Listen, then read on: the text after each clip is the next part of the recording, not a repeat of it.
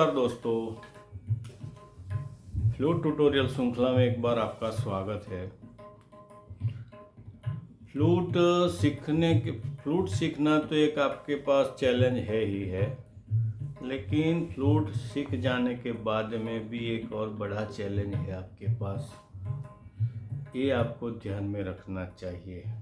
वो क्या है कि आप बहुत सारा अभ्यास करते हैं, बहुत सारा लेसन लेते हैं, बहुत सारा कुछ सीखते हैं ना, तो वो सब याद रहना भी ज़रूरी है। तो हर रोज़ नया नया कुछ ना कुछ सीखते रहते हैं, तो फिर उसे रिवीजन करना पड़ता है बार बार, तभी जाके याद रहता है। जैसे कोई श्लोक अगर हमें याद करना है तो उसके लिए हमारे शास्त्र में लिखा है कि फला श्लोक इतने हजार बार आप रट लोगे, मतलब बोलोगे, करोगे तो ये सिद्ध हो जाएगा। तो इस सिद्ध का मतलब क्या है? सिद्ध हो जाने का मतलब यही है कि आपको कंठस्थ आत्मसात हो जाता है। इसी तरह बांसुरी या कोई भी संगीत आप सीख रहे हैं तो क्या बजाना है वो आपको याद रखना बहुत ज़रूरी है। तो आप जितना ज़्यादा लेसन लोगे, जितना ज़्यादा चीज़ें सीखने की कोशिश करोगे, तो हर चीज़ में न्याय नहीं कर पाओगे। मतलब कि हर चीज़ के रिहर्स बार बार नहीं कर पाते। तो क्या होता है कभी कभी कि हम कुछ पहले सीखे होते हैं, बाद में 10 चीज़ नहीं सीखते हैं, तो जो पहले वाली चीज़ हमने सीखी थी वो धीरे धीरे हम भूल जाते हैं। तो इसके लिए क्या किया जाए? एक तो कोई भी चीज़ याद रखने के लिए शुरुआती तौर पर बहुत कड़ी मेहनत करनी पड़ती है। अभी मैंने ये जो राग अभी बजा रहा था, मैं एक तान था राग हंस ध्वनि का, तो ये अभी मैं सीख रहा हूँ। मतलब कि इसे मैं साध रहा हूँ कि ऐसा साधना है मुझे कि मुझे कभी भी आधी रात को उठाओगे तो मुझे तुरंत से फट से याद आ जाना चाहिए बजाना, बस बजा सकता हूँ। तो इसके लिए पहले शुरुआत में बहुत कठिन तपस्या करनी पड़ती है। उसे एक एक फ्रेज को बार बार बार बजाना पड़ता है। 2000-5000 बार ऐसे बजाते तब जाके वो सिद्ध हो जाती है। फिर एक समय ऐसा होता है, तकरीबन एक हफ्ता तक ये मैं सिर्फ इसका रियाज़ करूँगा, तब जाके मुझे सिद्ध होगी, ऐसा मुझे लगता है।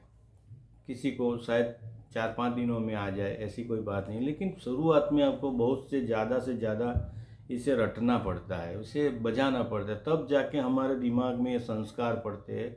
तो ये हमारे दिमाग में अंकित हो जाता है। ये जैसे कोई श्लोक या कोई गत आप गाते हैं, कुछ गाना गाते हो या कुछ भी, तो आपने बार बार उसे रटा है तो ये आपको याद रह जाता है। बिल्कुल इसी तरह है ये अभ्यास। जब कोई नई चीज़ सीखते हैं तो उसे ज़्यादा से ज़्यादा अभ्यास करें। बाद में जब आप कुछ नया भी सीख रहे हैं तो ये पुराना जो अभ्यास था, पुराना कोई चीज़ सीखा है आपने, तो उसे समय समय पर दोहराया कीजिए, नहीं तो ये धीरे धीरे भूल जाएंगे। शुरुआती लेवल पर जितना आपका ज़्यादा अभ्यास रहेगा तो बाद में रिवीजन में ज़्यादा टाइम नहीं देना पड़ेगा। समझ लीजिए कि आपने एक फ्रेज, एक तान 32 मात्रा की है, आपने एक हफ्ता भर उसे अच्छे से बजाया है एक हफ्ता भर, तो बाद में आप कभी भी एक हफ्ते के बाद में शायद 5 मिनट बजा लोगे तो भी काम चल जाएगा, तब भी वो उतना ही ताज़ा हो जाएगा जितना एक हफ्ते बजाया था। तो ज़्यादा से ज़्यादा इस पर फोकस करना चाहिए और ज़्यादा मेहनत करना चाहिए।